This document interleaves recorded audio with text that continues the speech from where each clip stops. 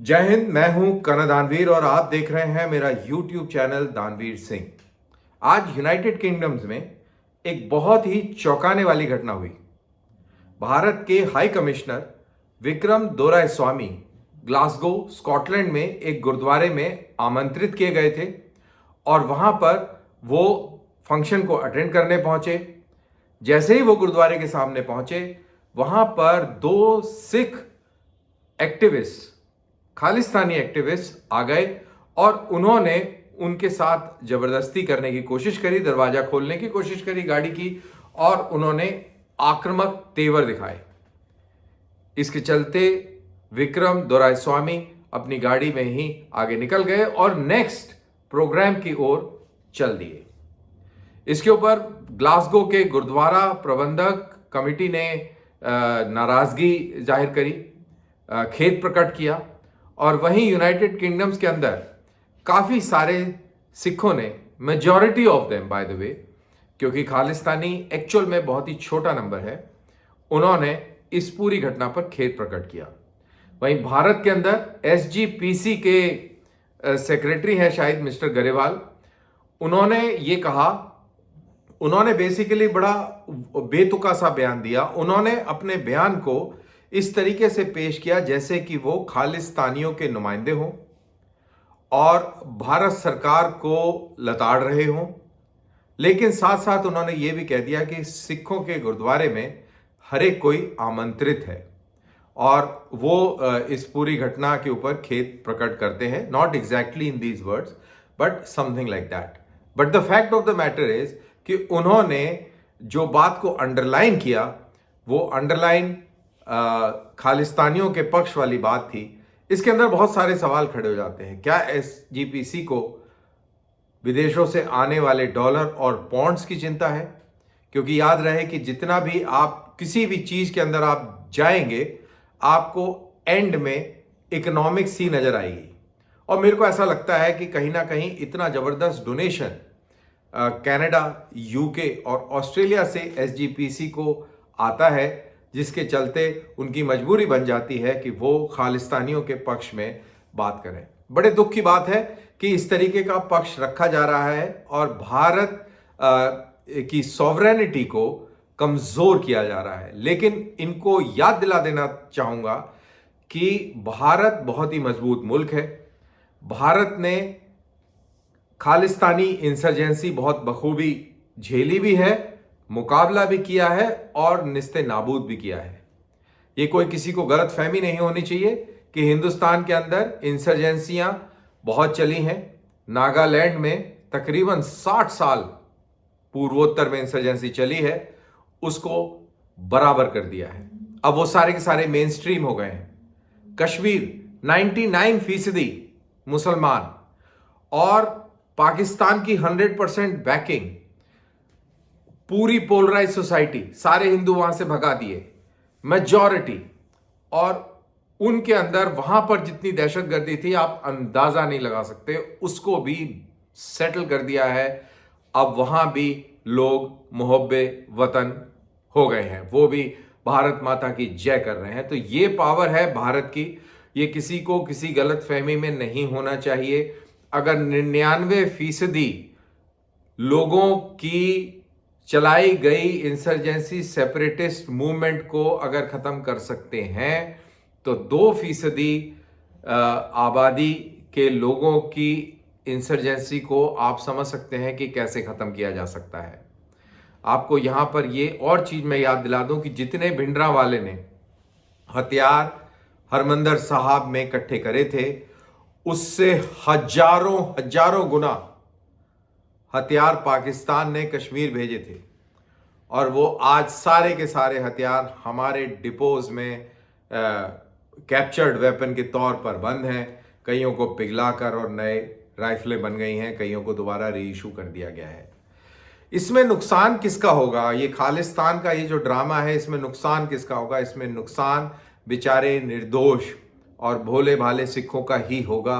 और ये जो बदमाश जो कमेंट्रियां दे रहे हैं, चाहे वो एसजीपीसी के हो, चाहे वो कोई नेता हो, चाहे वो खालिस्तानी हो, इन लोगों का कुछ ना बिगड़ना है ना ही कुछ बनना है। क्योंकि अगर अगर इनमें औकात होती तो डॉक्टर बनते, इंजीनियर बनते, आईटी प्रोफेशनल बनते।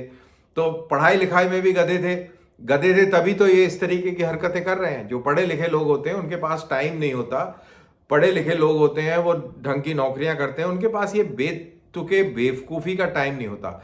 अगर ये इस तरीके का काम हो रहा है, या तो कहीं प्लम्बर बने हुए हैं, या कहीं ड्राइवरी कर रहे हैं, या कहीं किसी के टॉयलेट साफ कर रहे हैं, या कहीं इस तरीके के बिल्कुल सोसाइटी के अंदर बिल्कुल लो किस्म की जो वर्क है वो उस तरीके का काम कर रहे हैं। वैसे काम कोई भी हो सम्माननीय है, क्योंकि मेहनत कर रहे हैं, गलत काम नहीं कर रहे हैं। बट इस केस में ये गलत काम कर रहे हैं, इसलिए इस चीज को हाईलाइट करना बहुत जरूरी है। अगर आप सम्मानजनक अपना काम कर रहे हैं तो आपके पास टाइम नहीं है। अगर प्लम्बर हैं और प्लम्बिंग कर रहे हैं तो आपके पास ये फालतू पने का टाइम नहीं है, क्योंकि आप नालायक हैं, आप किसी काम के नहीं हैं, इसलिए आप ये इस तरीके का एक्टिविज्म और टेररिज्म का बढ़ावा दे रहे हैं, और इसमें कुछ नहीं है।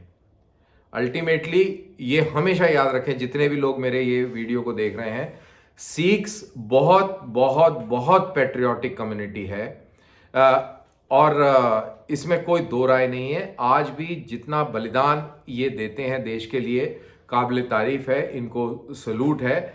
लेकिन ये जो बदमाशियां हो रही हैं, इससे इनकी साख को बट्टा लगता है। अब इसके अगर मनोविज्ञान में जाएं थोड़ा सा और समझने की कोशिश करें कि ये ऐसा क्यों कर रहे हैं। दरअसल ये मोदी, प्रो मोदी और एंटी मोदी वाला खेल है। अगर ये आप ये पूछेंगे, ये कईयों के सवाल जहन में आता है और कई लोग पूछते भी हैं कि भाई अगर खालिस्तानी चंद मुट्ठी भर लोग हैं तो मेजॉरिटी क्यों साइलेंट है, उसकी भत्सा क्यों नहीं करती, ये चुप क्यों है, यानी कि ये साइलेंटली इसको सपोर्ट कर रहे हैं। तो देखिए, at the face of it अगर आप समझे तो शायद आप सही सोच रहे हैं। लेकिन अगर आप इसकी थोड़ी गहराई में और पॉलिटिकल सेंस को समझने की कोशिश करें तो सिखों को बीजेपी बेसिकली आरएसएस पसंद नहीं है। आरएसएस इसलिए पसंद नहीं है कि आरएसएस कहती है कि हिंदुस्तान में रहने वाले सब हिंदू हैं और सिखों को वो हिंदुओं का ही एक सेक्ट मानती है। इससे वो थ्रेटन फील करते हैं। उनको लगता है कि अगर ये हिंदू राष्ट्र या कुछ इस तरीके का काम हो जाएगा तो हमारा अस्तित्व खतरे में पड़ जाएगा, हमारी जो पद्धति है वो ये लोग समाप्त कर देंगे। तो एक इनसिक्योरिटी है, और इसी इनसिक्योरिटी के चलते वो आरएसएस से भी नफरत करते हैं, बीजेपी से भी नफरत करते हैं। अब बीजेपी के जो मुखिया हैं वो है नरेंद्र मोदी। नरेंद्र मोदी हिंदू चोला पहनकर पूरी दुनिया में घूमते हैं, मंदिर जाते हैं, यज्ञ करते हैं, हवन करते हैं, और कोई मौका नहीं छोड़ते गीता से, वेदों से, पुराणों से, श्लोकों से उदाहरण देने में, और हर चीज में आपको उनका हिंदू सिग्नेचर दिखेगा। जितना सिग्नेचर दिखता है उतना ही माइनॉरिटीज के अंदर इनसिक्योरिटी पैदा होती है, खास तौर से सिखों में। मुसलमानों में एक अलग किस्म की रहती है। मुसलमानों के साथ में जैसा भी है वो अब हम लोग यूज्ड टू हो गए हैं, मुसलमान हमारे और हम मुसलमानों के। लेकिन सिखों के लिए बड़ा नया है। सिख बहुत ही कॉन्शियस और कॉशियस हो जाते हैं। तो मेरा जो आकलन ये है, और जैसा मैं अपने सिख मित्रों से बात करता हूं, कि अगर वो इन खालिस्तानियों की निंदा करेंगे तो वो किन के साथ खड़े नजर आएंगे? वो देशभक्तों के साथ में, यानी कि नेशनलिस्ट लोगों के साथ में। आजकल नेशनलिस्ट भी कई लोगों को गाली लगती है, तो नेशनलिस्ट लोगों के साथ में खड़े नजर आएंगे। नेशनलिस्ट लोगों के साथ में खड़े नजर आएंगे तो यानी कि प्रो मोदी नजर आएंगे। तो प्रो मोदी भी नजर नहीं आना है, नेशनलिस्ट भी नहीं दिखना है। तो इसीलिए एक ऐसा मुद्दा जिससे कि मोदी और मोदी के समर्थक चिढ़े, उसको हाईलाइट करना है, और यह है खालिस्तान का इशू। अगर किसी से पूछोगे यार तुम्हें खालिस्तान चाहिए, बोले यार हमें खालिस्तान नहीं चाहिए। खालिस्तान किसको चाहिए? किसी को नहीं चाहिए। और पूरा देश खालिस्तान है भाई, पूरा देश खालसा राज है। खालिस्तान है क्या? It is a land of pure Ram राज्य। तो राम राज्य और खालिस्तान, खालसा राज, इसी चीज की तो मुहिम है। हम सब चाहते हैं कि इस देश में राम राज्य हो, खालिस्तान खालसा राज हो। इस जो अगर बिल्कुल लिटरल मीनिंग के हिसाब से चला जाए तो पॉलिटिकल मीनिंग नहीं, लिटरल मीनिंग के हिसाब से। That is how it is. So ये एक इमोशनल, इमोटिव, पॉलिटिकल मुद्दा है। जो लोग मेरे वीडियो देख रहे हैं और जहां तक ये मेरी आवाज जा रही है, मेरा एक ही रिक्वेस्ट है कि अगर खालिस्तानी कहीं झंडे वंडे लेके और प्रदर्शन करते हैं, आप तिरंगा लेके और उनका विरोध ना करें। Just ignore them, just ignore them. वो अपना ये ड्रामा ड्रूमा करके सोशल मीडिया कुछ पोस्ट पास्ट बना के और निकल जाएंगे। मेरे को बस एक ही चिंता सताती है कि जैसे ये हिंदुस्तान का झंडा कभी फुटबॉल में लपेट के खेलते हैं, कभी उसमें आग लगाते हैं, अगर खालिस्तानियों का झंडा जलाने लग गए लोग, तो इनके धार्मिक सेंटिमेंट्स आहत होंगे और वो मेरे ख्याल से अच्छी बात नहीं होगी। It is not good for India, it is not good for the Sikhs, it is not good for unity of Hindus and Sikhs. By the way, there is nothing called Hindu and Sikh. ये सब एक ही सिक्के के दो पहलू हैं। इसमें ज़्यादा वो कुछ रीड करने की बात नहीं है। मैं इसलिए इतने कॉन्फिडेंटली बोल रहा हूँ क्योंकि मेरी जो पढ़ाई है वो पंजाब की है और मैंने उस जमाने में पढ़ाई करी है जब इंसर्जेंसी, आतंकवाद बहुत चरम पर था। और लेट मी टेल यू, वो जो भी था उस समय लोगों में भाईचारा और मेल मिलाप बिल्कुल बिल्कुल भी कम नहीं हुआ। और आज भी कोई कम नहीं है। आज भी लोगों के बीच में रिश्तेदारियां हैं, आना जाना है, खान पान है। लेकिन जिस तरीके से खालिस्तान ड्रामा चल रहा है, थोड़ी सी खटास जरूर आ गई है। लोगों को थोड़ा सा, लोगों के मिजाज में फ़र्क जरूर आया है, लेकिन ये बहुत टेम्परेरी है और ये ज़्यादा लंबा चलने वाला नहीं है। बहरहाल, तो इसी मैसेज के साथ मैं ये वीडियो यहाँ पे समाप्त करता हूँ। आपसे गुजारिश करता हूँ कि आप इस वीडियो को लाइक करिए और मित्रों में शेयर कीजिए। इजाज़त, जय हिंद।